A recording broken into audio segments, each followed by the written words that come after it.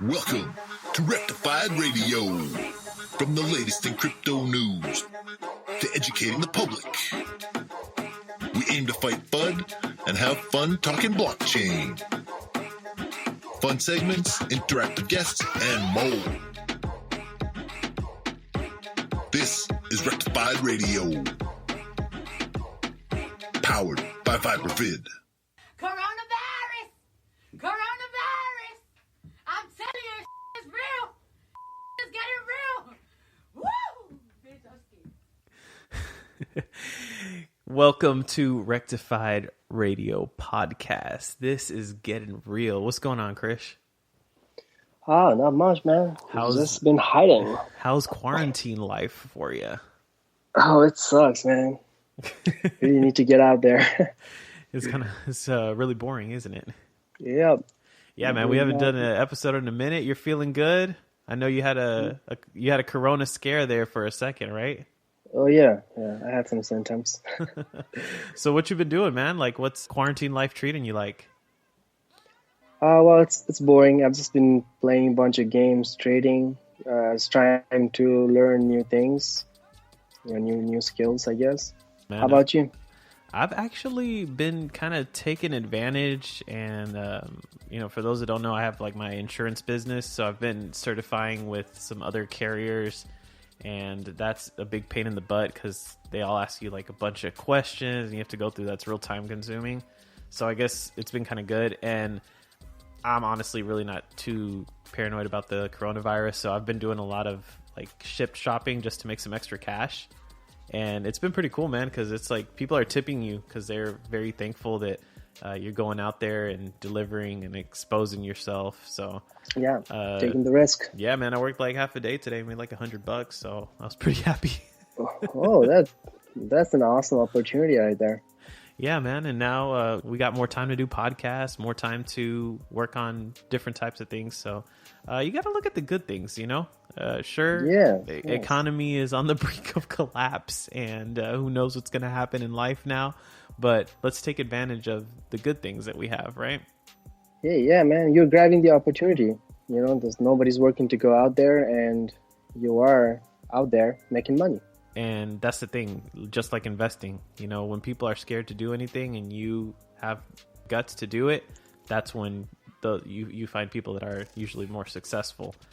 But yes. So, yeah, man, you were sick for a while. That's why we didn't do any podcast. And, we were talking a lot about this coronavirus. I know we both have different thoughts, but one thing that we agree on is the alternative treatment. So you said, you might have had corona. You never tested, right? Yeah, I did not. You were telling me that you took vitamin C, like intravenously, right? I don't know if I said that right. The shots, pretty much. Yeah, I injected it. How long did it take you to see benefits from that? Well, like the same day, I think, because I was doing vitamin C and I also did the B complex. It's like B12 and a bunch of other B vitamins. And I was seeing like better mood, better, I don't know, like I haven't even had to take my allergy pills that I've been taking for years now. Wow. I haven't had to take that for the last 10 days or so. Man, that's pretty awesome. I've been taking 1,000 milligrams, and then every time I swallow that pill, like I feel like I'm going to choke. So maybe a shot isn't a bad idea. I know we did a live stream a couple days ago, and there's just so much behind this coronavirus. I don't even know what to think anymore. The conspiracies behind it, what's real, what is fake. So what's your overall thought on it? I definitely think that it's kind of like overhyped a little bit, but there's also a thing that's going on that's killing people. I mean, it's really hard right now to even go out there and look for answers. I mean, I do not know where I would even start to look for answers, but I guess I'm just lucky that I can stay in and just keep trading, or, I don't have to be, at a restaurant or like somewhere very crowded to, where I have to put myself at risk every day to make some money, or even those people that, that are out there for us, the delivery drivers. the guys at Whole Foods, the guys like yourself who are delivering groceries for people, and the nurses, the doctors. I mean, you guys are all the heroes right now. I mean, it's not just I know a bunch of people, they appreciate the doctors and nurses only, but I think everybody that's keeping the country going, keeping our economy going, keeping our feeding our old people, feeding even us who are scared to go out there. You guys are all heroes. Thanks, man. Yeah, I try to get, do a couple deliveries here and there just to make the extra cash. And I'll be honest with you, man, I completely blew this thing off as a big hype. And I got to kind of set the record straight because this is definitely not a hoax. This is real. It's a big problem that's going on. But boy, am I getting irritated at the way Twitter is treating it. And I have to say, Twitter and the media, that's the only social media I use, Twitter. So that's why I always reference to Twitter, and everyone else is like crypto Twitter. So most of the people that listen to this podcast probably have Twitter. So, you've got the media treatment is pretty ridiculous. Like I've seen they've been caught like lying that people died of coronavirus when they didn't really die of coronavirus. They died of something else. Something completely different. And that's absolutely ridiculous because it's just like constant fear mongering, and that increases your cortisol levels, which is the stress hormone, right? Yeah. See, the thing is when your cortisol levels are high, then your immune system lowers. So by you being fearful and in a panic, you're actually suscepting yourself more to the virus and catching it and it affecting you more. And that sucks because most of the older folks are the ones that worry and they're scared and they panic and they're only doing, themselves harm without them even realizing it. So I'm really against the agenda, what's going on here with the media. There's a push on finding a cure, but that cure has to be a vaccine. And I just feel like they're not promoting immune health. And that's what's really ticking me off. And I know we're kind of going a little bit outside of crypto, but it's definitely something that's worth talking about. Yeah, it is related to everything, not just crypto or gold or stocks. It's just related because it's keeping the entire world, down. Like most of the people or most of the world is in our lockdowns or quarantine, and it's hurting everyone. So I think it is related to crypto. And since you brought it up, I wanted to talk about Roger Bannister. Have you heard of him? No, who's that? So he's this guy from England, and this guy was the first person who ran a sub 4-minute mile. And this relates to the whole the self-confidence or the stress thing in people. Before this guy, he ran the sub 4-minute mile in 1952 Olympics. People used to say that running a sub 4-minute mile was impossible. And doctors came up with all kinds of reasons like, hey, this is not, this is beyond your lung capacity. You're going to die. You're going to get a heart attack if you even try that. So nobody did. And that was the case for years until 1952 when this guy, he ran a sub 4-minute mile. And you know what happened the same year? What? I think about 300 other people, they ran a sub 4-minute mile. Because now this guy, he showed it to people that it can be done. And the people who broke the record, who did the same thing the same year, they had more self-affirmation, more self-confidence that they can do it because it can be done.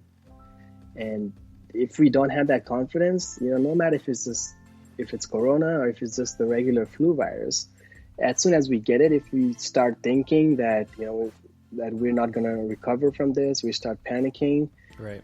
Raise our cortisol levels. Yep, stress hormone. It's just bad. Yeah, it's just bad, and you're likely going to die if you think that way. Yeah, and then that's the thing.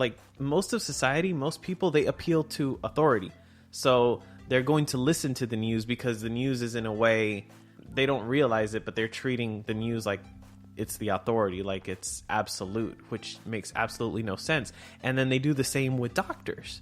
You know, and most MDs, no, and no disrespect to them, they're smart people, but these Western medicine practices, they treat everything with a one-size-fits-all mentality. And these doctors, they don't really know too much about the immune system.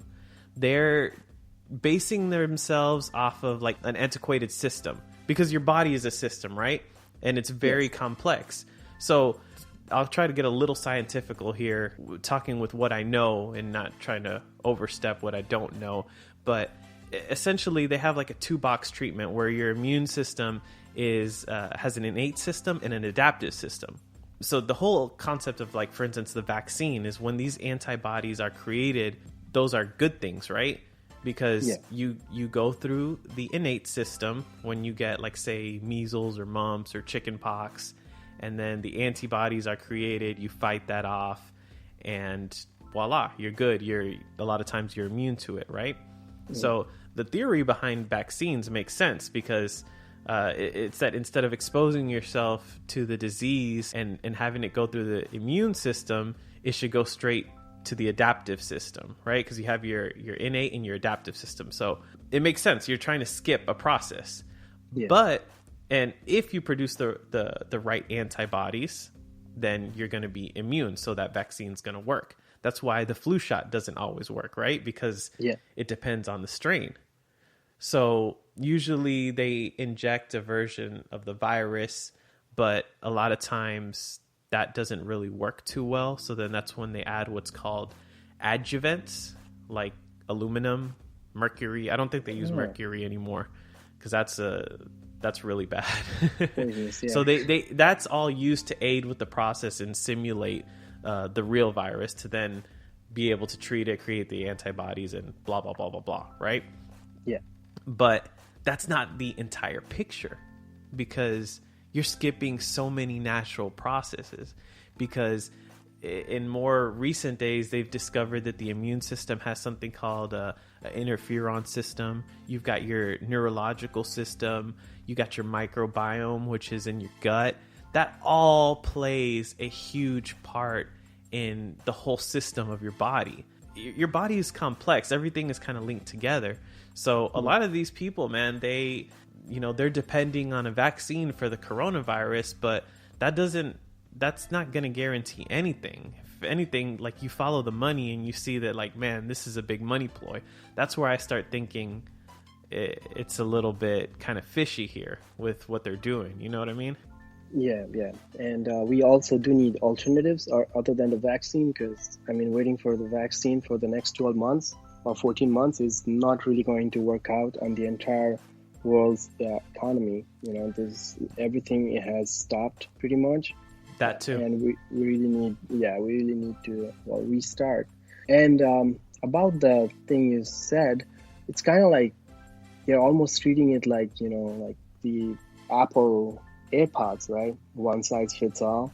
Yeah. But it fits most people, but it doesn't really fit everybody. And there's still a huge percentage of those people that need these additional things and screenings, or, you know, to better, I guess, for vaccine to work, or even the treatment to work. Yeah, man, it's it kind of ticks me off, because these people, a lot of people, they go and troll the people who are like vaccine hesitant or anti-vaccines. And the truth is, like, ever since vaccines have been introduced, there's been more and more issues with children, growing up to have more autoimmune problems and different things. Obviously, if you say, oh, this causes autism, I hear that one all the time. You know, that's not always the case. Maybe it does, but I think people need to open their minds and their ears a little bit more and listen, because it legit is a problem. So they shouldn't be judging and making fun of these people and looking down upon them, because there's a genuine health concern. But even like you said, you know, let's say we found a perfect vaccine and it worked to cure corona. That's going to take so long. And here you have the media, they're not promoting vitamin C, vitamin A, vitamin D, things that are going to boost up your immune system. They're just like loading you up with fear. I've only seen one article saying that in New York they're using vitamin C and it's helping a lot. Yeah, they are definitely trying, you know, feeding on people's fear. And I guess it's also because of the social medias. We have had pandemics in the past, but we did not have social media like it is now. Everybody has access to it, so the news travels way more faster than it used to, say, in the 1900s. Well, let's go back not even that long. Let's go back like 10 years ago. Oh yeah, They had the H1N1, and we didn't I don't know how the corona is going to end up, but the H1N1 killed a ton more people than corona did. Why do you think like they didn't shut down now? They didn't shut down then, but now they're shutting down. Like, what's your thought on that? yeah. I'm not exactly sure. So H1N1 was probably the swine flu, right? And I Yeah, think it was swine flu. yeah. So that one was the American virus. Since this one is called the Chinese virus, I'm trying to name them so I can remember them better. Yeah, it's just not. Just wasn't that big. I mean, we had Facebook at the time and we had Twitter, but there were many people. Like, I'm not sure. Did we have Twitter in 2010? Yeah, but it wasn't. I think not as many people were using it, Yeah, and like exactly. the algorithms weren't as developed. So maybe you're right, man. Like that makes total sense why it's such a big deal now. This may literally be the power of social media. Yeah, nowadays, I mean, people like 80 years old, 85, they all have Facebook, and they all know how to, that's all they know how to do is like go on Facebook and just keep scrolling and read everything that's presented to them. And back in the day, even if I know they had Facebook, I was on Facebook, but there weren't many, like those old people on there. There weren't many young people on there. It was just a certain age of people and, tech-heavy people who understood and who could get used to those things much faster. Other than that, I feel like it's the power of the internet and the social media. Like, it's driving people crazy, like seeing all these numbers like updated every 5 minutes, every hour. And they're like sitting in some other country way far from us, and they're like, oh man, like 200 people died today in the United States and 1,500 people died in Italy. And it creates this huge panic, and which forces, because when people are panicked, they start calling up their senators and their congressmen, and they're telling them like, hey, this is serious. You need to start acting now before we turn into the United States or Italy or Spain. And I guess that's where the whole effects. chain, the entire chain starts from right there. Like you see somebody doing it, and you have the power of social media, so the news travels a lot faster. Then people, they start panicking. They talk to their leaders. The leaders, they have to come up with some plan. Once the leaders, they come out and they confirm that, they are going to take action and this is a big case, then that's when other people start panicking. Businesses panic, investors panic, the stock market drops, Bitcoin drops, everything, like the whole chain starts. Dude, I think this is a great example of Occam's razor. Do you know what Occam's razor is? I heard of the term, but I'm not exactly sure. So to refresh your memory, it's kind of like the rule of thumb that whatever makes the most sense is usually, or whatever makes the most logical explanation is the answer. So this is a kind of good example of like Occam's razor, because if you think about it, how come now and not back then? Well, you see the big difference here. But exactly, yeah, and now you're seeing all this effect. Now we can kind of translate it to the financial side of things, because this coronavirus is going to lead us into a recession, no doubt. But 100%. But at the same time, you have the Fed printing trillions of dollars. How the heck is the stock market still up? I mean, we had the crash, right? The stock market crash. But now we've been seeing green these last couple days. I'm like, how the heck does this make sense? Like, how is this happening? I think the market is anticipating that people are going to pump that money into the markets when they do get their, say, stimulus checks, when the industries, they get their bailout checks. They're just going to pump it in. I mean, what they did is they used their profits, like Boeing, they used 55 billion, I think, last year to buy up stocks. Mm-hmm.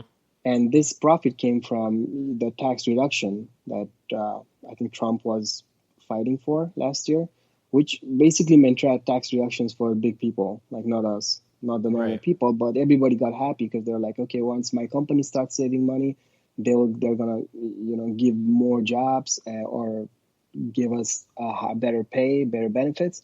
I don't know if that happened or not, but what they did do was they bought up stocks called buybacks, Right. and what that did is it made the stockholders happy, which meant the CEO got a raise, the CEO got a bonus, and his own stock option was worth more. That's what they were doing. But that's all fake in a way if you think about it in the long Yeah, run. yeah. It's just pumping. They're just pumping, and now Boeing is needing 55 billion exactly, bro. They Dude, could have saved that money. They could have done something else with that money. Maybe reinvested into buying more planes, better. Yeah, I don't know what they could have done, but all they did was just pump their shares. I feel like we're gonna see like a long, drawn out pump and dump like we see in crypto, like a BitConnect type thing. Exactly. But when crypto crashes, it doesn't affect the entire country or the president's reputation. But Right. when the stock market crashes, S&P 500, Dow Jones, like when these things start crashing, it reflects on the president and the government, the leadership, and how the country is being run. So they keep these things going as much as they can. It's not going to be like Bitcoin, where it had like a 2-year bear market, maybe a year and a half, where it saw the bottom immediately, like way faster, and it came back up. This one is like, yeah, it's heading towards the bottom, but they're gonna keep going. They're gonna keep trying and doing everything they can to keep it artificially pumped. That's a very, very good perspective. And my eyes were kind of opened when we had this. I guess you can call it a flash crash, right? Because Bitcoin went down to like 3,800 for like not even a day, right? Yeah. I was under the impression that Bitcoin was going to be a safe haven when the stock market fell. And I was like 100% banking on that. And then seeing that flash crash really put me at doubt with that. And I don't know now. I think we're still tied in too much to the traditional markets. What's your thought on that? And how do you think we can?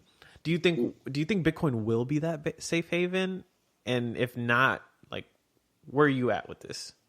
I mean, I want it to be, but two ways I see this. We did talk about this a little bit on the stream last week, but the two ways I see this is it's going to be considered a high risk investment, and it's going to go down way harder. It's going to crash way harder than the stock market or any traditional markets. Because as soon as like bad market conditions hit, the high risk investments are the first to be dumped by the market, and investors, they don't have faith in those. So that could be one way that Bitcoin could go. The other way would be to think that the flash crash we had was simply a result of people panicking because everybody had doubts. Bitcoin was created for this exact thing, to handle a recession, but people still had their doubts because it's not it's not like gold. It hasn't been through Hasn't been proven. yeah, it hasn't been proven. Like this is its first recession, and gold has been there for several. Yeah, it was created for times like these. Yeah, Exactly for times like these, but we don't know what's really going to happen. I think the best thing to do, I'm not a financial advisor anymore, but the best thing to do is just be cautious. Don't go all in, have your stop loss there if you're trying to, even if you're a hodler, you should have a stop loss. Yes, and what I think is 6,500, 6,200 is where it was supposed to crash that day when it did crash, but people did not have that much faith in it. So what they did is when 6,500 hit, people started panicking. They were all panicking. They were like stop losses were getting hit. People were getting liquidated left and right because lots of people were long, anticipating a rise because of the financial, I don't think it was mostly because of the recession. I think it was more related to the halving that was going to happen in the next 60 days from that day. So most people were long, they got liquidated, and many people panicked. And we saw huge capitulation wick all the way down to 3,700. Yeah, But we were only supposed to hit like 63, 6,500 and then bounce back. Yeah. That's what the daily chart shows, right? That makes sense. At the 1 day. That makes a lot of sense. So what probably happened was it hit 6,500, then it hit 6,400, and people are like, oh no, it's going to go to the next support level. So then they just like sell, and then eventually capitulation, and then boom, we're right back up there. And we're back up, and we do have liquidity back now. We were lacking liquidity for the last, since the day it crashed. It took away so much liquidity from the market, from the Bitcoin market. And now we have the liquidity built back up, and that's when we started seeing the thing go up. It's once we had the liquidity back.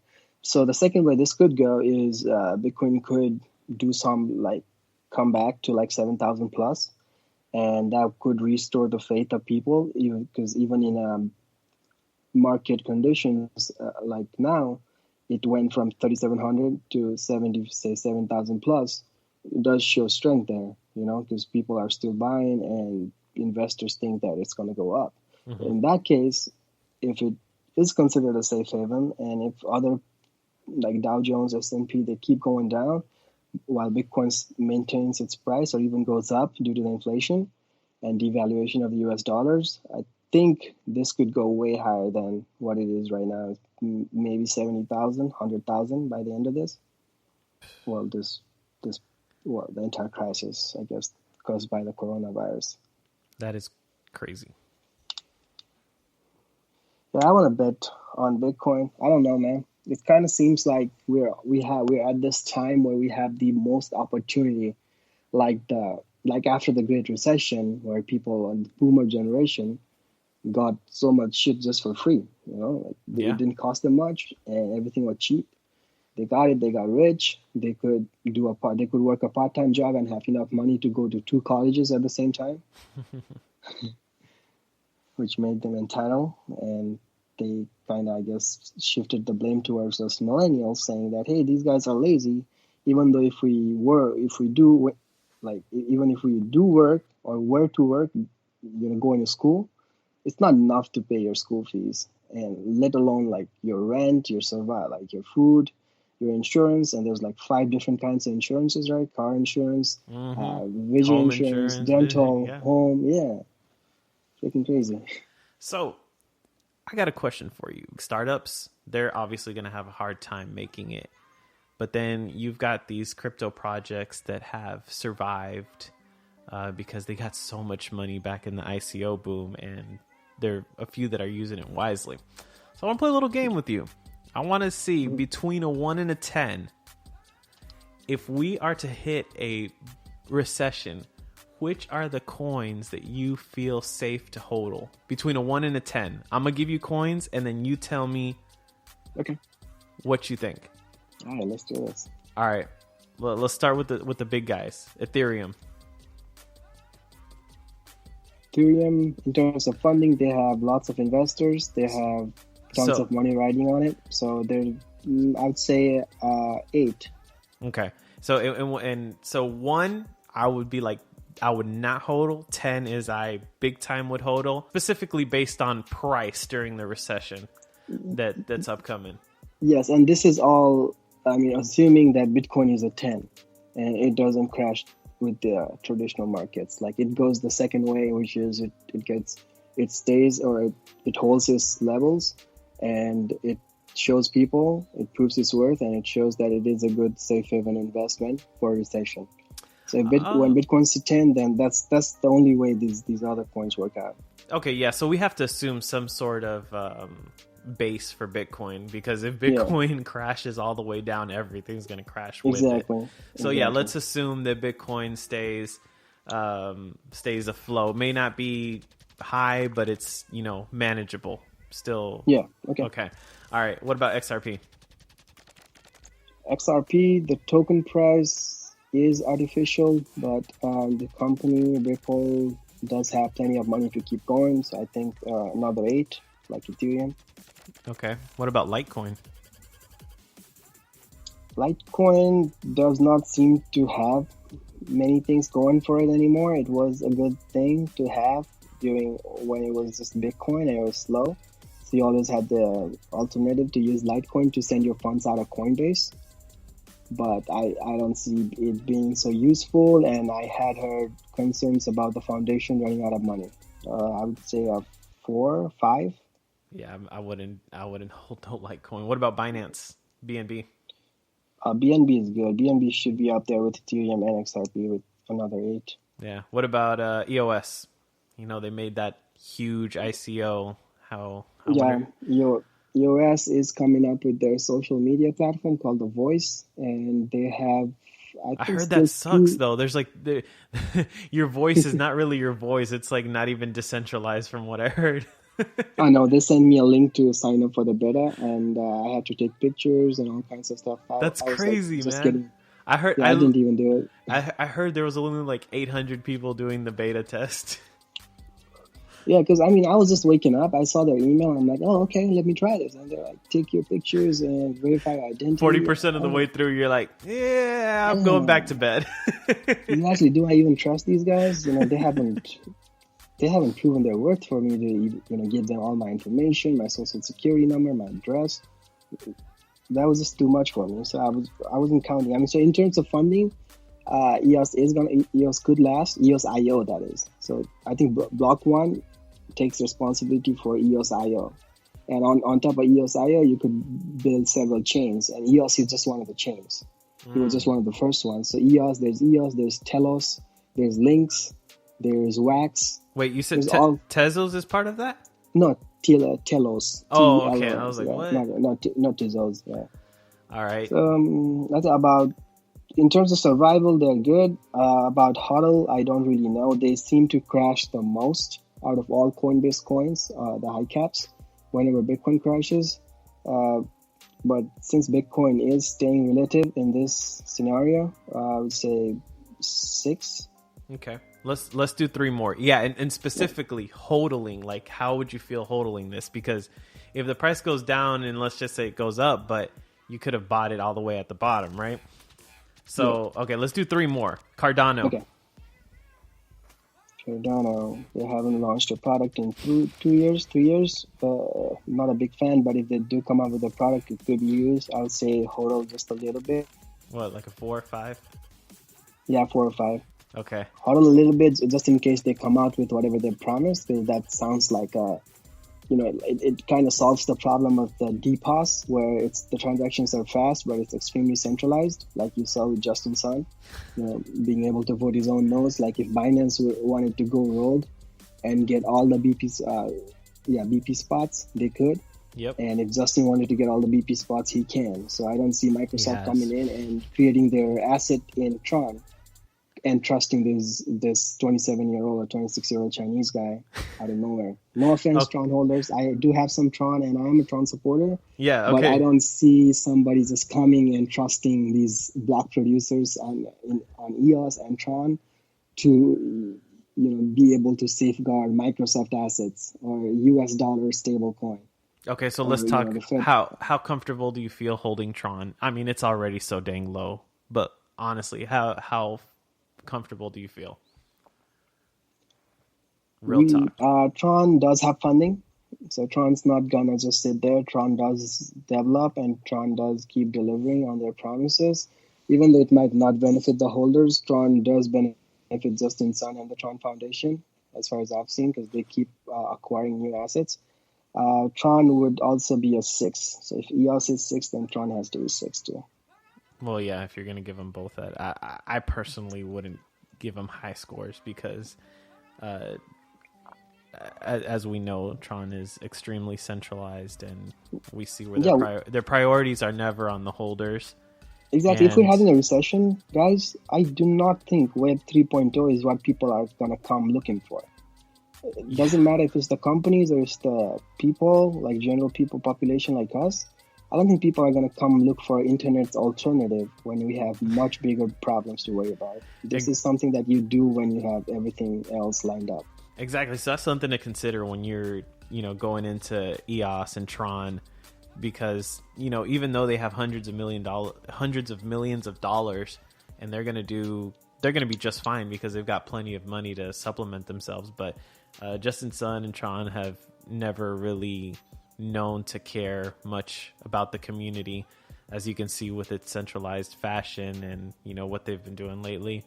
If their price dumps, they don't care because they've already got everything that they need. So Yeah. And that's what Bitcoiners have been telling us all this time is do not trust companies or like cryptos that have CEOs or companies behind it. Because if you just think about it, they are in it for their profit, right? They're not out there looking for us. Like, why would you even believe that? You know, exactly. We I all don't have know why I was so naive.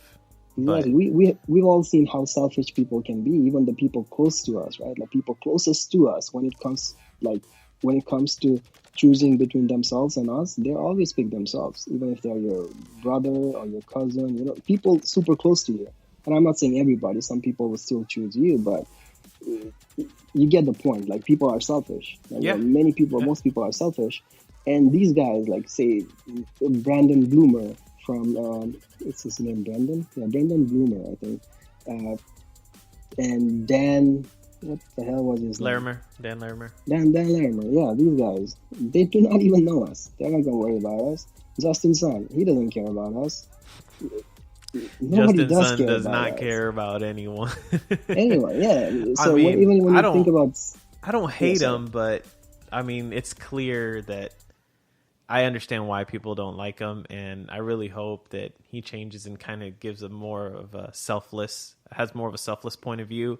But what we're going into, this recession, you know, I wouldn't feel confident. You know, I'm gonna hodl because I've always hodled Tron. There's no point in, you know, selling now. Yeah. But I'm not really adding, you know, any alts to any of my portfolios just because it's tough, man. It's tough. And like you said, these ones that have CEOs and no one's going to be looking for Web 3.0. Yeah, I don't hate these people. It's just We're being real, 100% real. Yeah, we're being real, and you know, just trying to understand that hey, that's human nature. So when it comes to survival, these people will survive, but them surviving doesn't mean we will survive as investors. Exactly. We do not own the company. We just own a token, a utility token, or utility tokens created by these companies. That's why you got to play it smart. Yep. Even BNB. BNB has huge potential. It has lots of uses, and CZ seems super friendly. But that's just customer service. You have to do it. You have to please people because you want those people to use your service, which makes you money or makes them money. I mean, from CZ's perspective. So, right. Last one. Sorry to cut you off. I was trying to. Now we'll be here forever. CRO and MCO, Crypto.com. That's one of our favorite projects. How would you feel hodling them? Yes, MCO, not too sure. It does have a very low supply, and most of it is locked, so it does keep it from dumping on investors. So MCO could be a good call here, or get a good bet here. I'd say at least a 7 for MCO. Crow seems good, but it's always been like a pump and dump where they have these syndicate events. They sell you coins for half its price. And that's when Crow pumps. And as soon as the event's over, Crow dumps. The next event comes up, Crow pumps. So Crow has been doing that, and its market cap is way hyped compared to MCOs, I think. If I had to buy in a normal market condition, I would still buy Crow over MCO. But since we're talking about this recession, I don't see Crow being too useful here. Crow is first thing, it facilitates payments like BitPay, so where merchants can accept crypto. Crow has its own chain, so where people stake Crow and they become validators on the chain. I don't see businesses rushing to sign up to Crow during a recession. You know, they don't care. They probably barely even get customers. They don't have goods, whereas everything's like messed up. I think they're going to sign up for that. Crow is also used, I think, to lower your fees on the exchange. I'm not sure how many people would use a new exchange at this time when we already have Binance, which has proven itself. Crow, I'd say about 5. Yeah, I agree. The MCO, just because a lot of it's frozen and there's not that many supply out there. But Crow is a different story. It still has to prove itself, which I think it will. But as this recession hits and if crypto doesn't boom, then you can expect that, you're not going to have as many users and not as many utilities for Crow, even though it does have a lot of utilities and it does have a lot of potential. Yeah, in normal market condition, I would hodl all of these coins that you named. But just in case of a recession, I'm not too confident. That's where the numbers, the difference in the ratings. And everybody says, "Oh, just hodl." No, that's not always the right mentality, because if the market goes so low, you could have had 3 times your hodl portfolio. So when people say just hodl, don't fall for that. I wish I would have learned back in the last boom, but it's all right. It's all right. This is a fun little exercise. We should definitely do that on a live stream, pick out tokens and really just kind of work through the process and the fundamentals of it to see if it's going to work out in whatever conditions. Yeah. And it is a good time, guys. If you're in crypto and you do not do anything except hodling, you are wasting your time. Like, this is a gold rush, and you are just sitting there chilling with drinking your beer. And that, I think, is really stupid. Learn a trade. Start something. Do something with crypto. If you can code, start coding. If you're a good entrepreneur, think up projects. Even think up projects that could work out in these situations. Maybe medical projects, maybe a crypto blockchain project for health insurance, because that's something that people still need. Life insurance. People are dying. They are willing to buy life insurance right now. So if you're an entrepreneur, think of that. If you're a coder, start coding. If you are a good salesman, start, marketing some projects. Get in the teams. Join the ambassador programs. Make money. Yeah, there's a lot of opportunity. There's a lot of opportunity. The only thing you should be hodling, honestly, in my opinion, is Bitcoin. That's the only thing. If you're like, I don't want anything to do with crypto, but I want to be in crypto, then just have yourself a little Bitcoin. That you should be okay in the long run. But this is a good exercise. We definitely got to do it again, and I think we'll leave it there because we've talked quite a bit today. Yes, yeah. Let's talk more tomorrow, guys. If you have any questions, if you want to join us and for a live stream where we can, talk back and forth, we'd be happy to do a live stream. Yeah, we'll schedule one and we'll do a nice little giveaway. We still have got that ledger that we have to give away. And we can add up some more things for you guys, because that'd be really fun. Awesome, man. Well, hey, everybody, stay safe out there. Don't do anything dumb. Be cautious. Krish, my brother, take care of yourself, and we will be in touch. All right. Later, guys. Peace. Peace. Thank you for tuning into this episode of the Rectified Radio Podcast. Stay tuned for our next episode, and make sure to check us out on Vibravid.io for exclusive content. Peace. I'm just about that action, boss.